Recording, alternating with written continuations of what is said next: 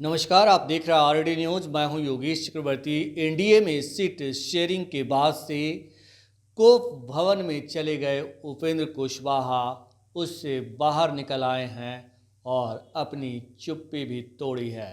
उपेंद्र कुशवाहा का कहना है कि वो एनडीए नेतृत्व से नाराज नहीं हैं, किसी बात की गिला और शिकवा नहीं है, उन्हें जो मिला उसमें वे खुश है। इसके साथ ही उपेंद्र कुशवाहा ने दावा किया कि बिहार बीजेपी प्रभारी विनोद तावड़े से उनकी एक एमएलसी सीट को लेकर बातचीत हो गई है और अब उन्हें किसी तरह की नाराज़गी नहीं है।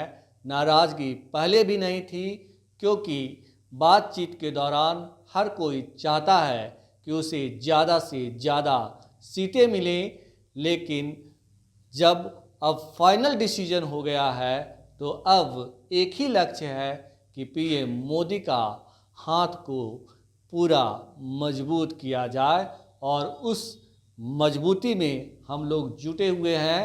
हालांकि उपेंद्र कुशवाहा से जब पशुपति कुमार पारस को लेकर सवाल किए गए तो वे चुप्पी साध लिए और इस मसले पर कुछ भी कहने से साफ इनकार कर दिया। कल तावड़े साहब का ट्वीट आया, आपका क्या सब कुछ गिला शिकवा दूर हो गया, संतुष्ट हैं जो भी ऑफर मिला?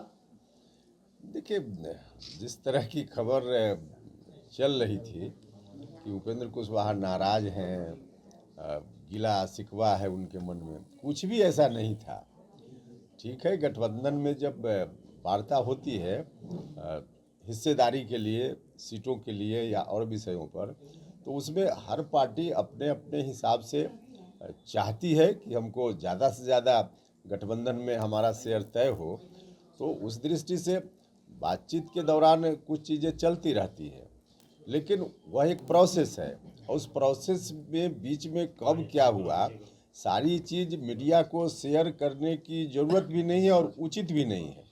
तो इस दृष्टि से जब हम नहीं बोल रहे थे बीच में, तो मेरे बारे में यह भी चल रहा था कि चुप हैं, क्या है, नाराज है, लेकिन वैसी कोई बात नहीं थी। एक स्वाभाविक प्रक्रिया है जिस प्रक्रिया के तहत बातचीत हो रही थी, बातचीत पूरी हो गई।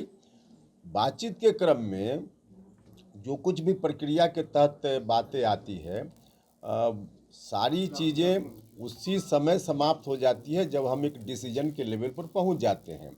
डिसीजन के लेवल पर पहुंचने के बाद हर पार्टी जो उसमें शामिल है, सबका सामूहिक निर्णय वह माना जाता है।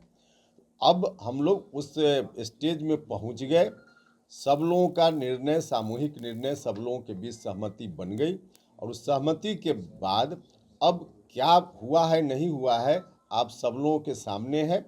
अब हम लोगों का जो संकल्प है, उस संकल्प को लेकर जनता के बीच जाना है। 2024 में, इस साल लोकसभा चुनाव के बाद जो सरकार का गठन दिल्ली में होगा, उसमें नरेंद्र मोदी जी को भारत का प्रधानमंत्री बनाना है। यह हम ही लोगों का संकल्प नहीं है, देश और बिहार की जनता चाहती है। तमाम लोग, सभी सेक्टर के लोग, गरीब गुरबा, किसान, नौजवान, महिलाएं, सारे लोग चाहते हैं कि एक बार फिर से बागडोर नरेंद्र मोदी जी के हाथ में जाए। तो इस काम में हम लोग अब लगे हुए पहले से ही हैं, लेकिन अब चुनाव की घोषणा हो गई है तो इसको ध्यान में रखते हुए हर जगह, मतलब 40 में 40 बिहार से जो सीटें हैं लोकसभा की, उसको नरेंद्र मोदी जी के खाते में डालना है। और उस दृष्टि से हम सब लोग पूरे मन से, हर तरह से सभी पार्टी के लोग लगेंगे और हमारी पार्टी के लोग भी लगे हुए हैं, इसको और तेज करेंगे। चिराग पासवान और उपेंद्र कुशवाहा तो मान गए, लेकिन अगर एनडीए से बाहर जाते हैं पशुपति कुमार पारस, तो क्या असर पड़ेगा एनडीए गठबंधन पर? नहीं, देखिए, अब जो हैं, बाकी क्या हुआ नहीं हुआ सब लोगों के सामने है। हम लोगों का अब किसी के बारे में अनावश्यक और अब जिसकी ज़रूरत नहीं उस पर टिप्पणी, इसकी कोई आवश्यकता नहीं है। हम लोग अब सीधे युद्ध के मैदान में जा रहे हैं और 40 में 40 जीतेंगे, यह हम लोगों के मन में पहले ही से विश्वास है।